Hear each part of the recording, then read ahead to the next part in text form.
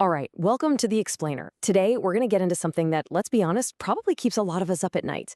Is your phone actually your tool, or have you become its tool? We are going to dive into how to flip that script and really put you back in the driver's seat of your own digital life. So let's just start with a really simple question. A question we probably don't ask ourselves nearly enough. When that phone buzzes, who's really in charge? Is it you? Or is it that little notification? Just think about that for a second. Technology made all these incredible promises, right? It was going to connect us, help us create amazing things, and make our lives simpler.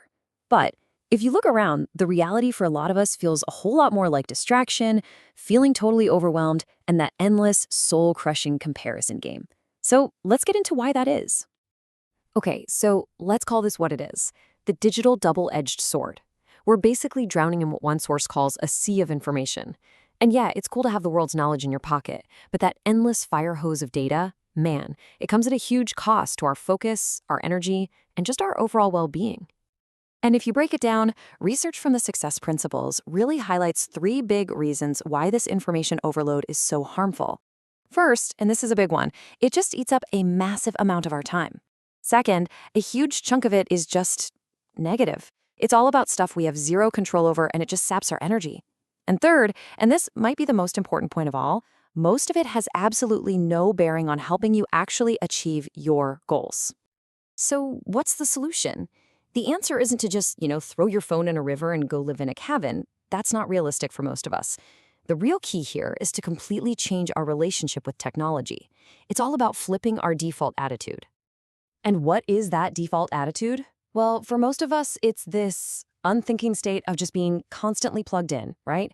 We're available 24/7 for every ping, every email, every notification. It's like we live our lives online and just take occasional vacations into the real world.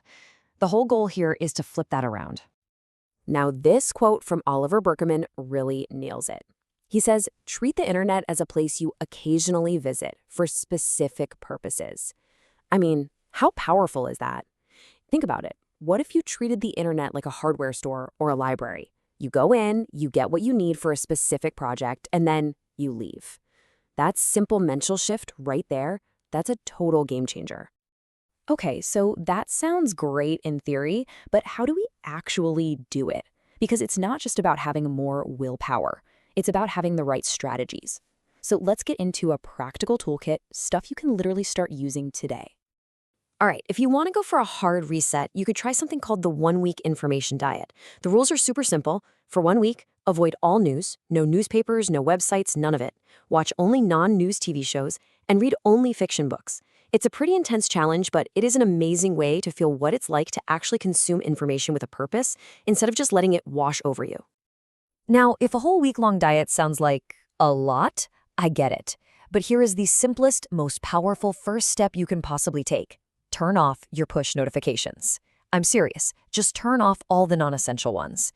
That one little action puts you back in control. It means you check your apps on your schedule, not when they demand your attention. And if you think these small changes don't add up, check this out. Just by cutting your email volume in half, you could save up to 375 hours in a single year. Let me put that in perspective for you. That's over 9 40-hour work weeks. 9!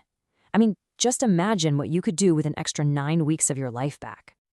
Here's another great strategy. Manage your tools, not just your time. Give each of your devices a specific job. So your smartphone, that's for communication, calls, texts, taking pictures. Your tablet, that's for consumption, browsing, reading books. And your computer, that is your creation station, for work, for writing, for spreadsheets. By creating these boundaries, you kill that temptation to just mindlessly scroll on your computer when you're supposed to be working. And hey, this isn't just about getting back your time and attention. It can also save you a ton of money. Get this, one advertising company owner did a review and found they were paying $1,500 a month for tech services they weren't even using anymore. A quick audit of your own subscriptions could put some serious cash back in your pocket. Of course, being in control also means being secure. And in today's world, these are the absolute non-negotiables. You got to use a password manager for unique passwords. You have to enable two-factor authentication wherever you can. You need to back up your important files and just operate under this one simple rule. Anything you post online could be seen by literally anyone. Assume it's public. Okay, so we've talked about time, money, and security. Now let's shift gears and talk about how all of this applies to maybe the trickiest area of all, being human and navigating our relationships in this digital world. This next one is a simple but really powerful philosophy. Offline is greater than online. Whenever you have the choice, take the conversation into the real world. A text message just isn't the same as grabbing a coffee. An email chain is no substitute for a real face-to-face conversation. Every single time you can choose that real-world interaction, it's a huge win for the relationship.